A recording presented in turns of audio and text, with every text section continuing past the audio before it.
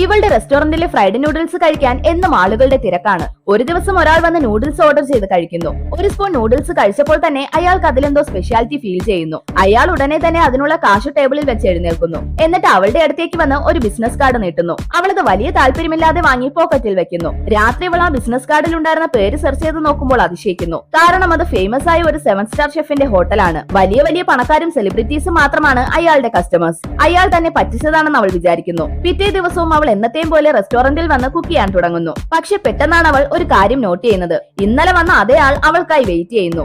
Actually അവൾ എല്ലാ ദിവസവും ഒരേ ഡിഷ് തന്നെ പ്രിപ്പയർ ചെയ്ത് മടുത്തിരുന്നു. അതുകൊണ്ട് അയാൾക്കൊപ്പം പോകുന്നു. അയാൾ അവളെ വലിയൊരു ഹോട്ടലിലേക്കാണ് കൊണ്ടുവന്നത്. അവൾ അവിടുത്തെ കിച്ചൺ നോക്കി നിൽക്കുമ്പോൾ കുറെ ഷെഫ്സും ആ ഹെഡ് ഷെഫും അവിടേക്ക് വരുന്നു. അവൾക്കും മറ്റൊരാൾക്കും ഇന്ന് കുക്കിംഗ് ടെസ്റ്റ് നടക്കാൻ പോവുകയാണ്. ഹെഡ് ഷെഫ് അവരോട് ഫ്രൈഡ് റൈസ് ഉണ്ടാക്കാൻ പറയുന്നു. ഇയാൾ വളരെയധികം കോൺഫിഡന്റ് ആയി കുക്കിംഗ് സ്റ്റാർട്ട് ചെയ്യുന്നു. അതിനായി അയാൾ കുറേയധികം ഇൻഗ്രീഡിയൻസ് എടുത്തുകൊണ്ടുവരുന്നു. എന്നിട്ട് ഫ്രഷ് ആയി കുക്ക് ചെയ്ത റൈസും എടുക്കുന്നു. അതിനുശേഷം ഒരു പാനിൽ ബട്ടർ യൂസ് ചെയ്ത് ഫ്രൈഡ് റൈസ് ഉണ്ടാക്കാൻ തുടങ്ങുന്നു. അതേസമയം ഇവൾ ഫ്രിഡ്ജിൽ ഉണ്ടായിരുന്ന തലേ ദിവസത്തെ റൈസും 2 മുട്ടയും എടുത്ത് കുക്കിംഗ് സ്റ്റാർട്ട് ചെയ്യുന്നു. അവൾ ഒരു പാനിൽ കുക്കിംഗ് ഓയിൽ ഒഴിച്ച് അവളുടെ ദിവസവുമുള്ള കുക്കിംഗ് രീതിയിൽ ഹൈ ഫ്ലെയിമിൽ കുക്ക് ചെയ്യുന്നു. രണ്ടുപേരും അവരുടെ ഡിഷ് പ്രസന്റ് ചെയ്യുന്നു. ഹെഡ് ഷെഫ് അയാളുടെ ഡിഷിലേക്ക് ഒന്ന് നോക്കുന്നു. അയാൾ മനോഹരമായി പ്രസന്റ് ചെയ്തിട്ടുണ്ടെങ്കിലും ഷെഫ് ഇവളുടെ ഡിഷ് എടുത്ത് സ്മെൽ ചെയ്ത് നോക്കി ഇവളെയാണ് സെലക്ട് ചെയ്തിരിക്കുന്നതെന്ന് പറയുന്നു.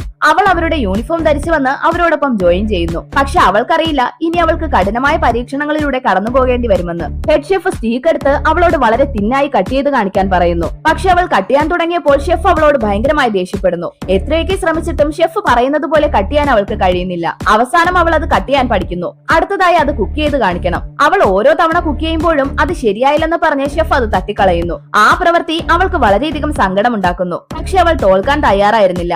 എല്ലാവരും പോയതിനു ശേഷവും അവൾ രാത്രി മുഴുവനും പ്രാക്ടീസ് ചെയ്തുകൊണ്ടിരിക്കുന്നു. അതുകൊണ്ട് അവളുടെ കൈ മുഴുവനും എണ്ണ വീണ് പൊള്ളുന്നു. അവസാനം അവൾ അത് കുക്ക് ചെയ്യേണ്ട സീക്രട്ട് കണ്ടുപിടിക്കുന്നു. അത് ടേസ്റ്റ് ചെയ്ത് നോക്കിയ ഹെഡ് ഷെഫിന് വളരെയധികം ഇഷ്ടമാവുന്നു. അങ്ങനെ അവൾ തന്റെ കഠിനമായ പരിശ്രമത്തിലൂടെ വിജയം കണ്ടിരിക്കുന്നു.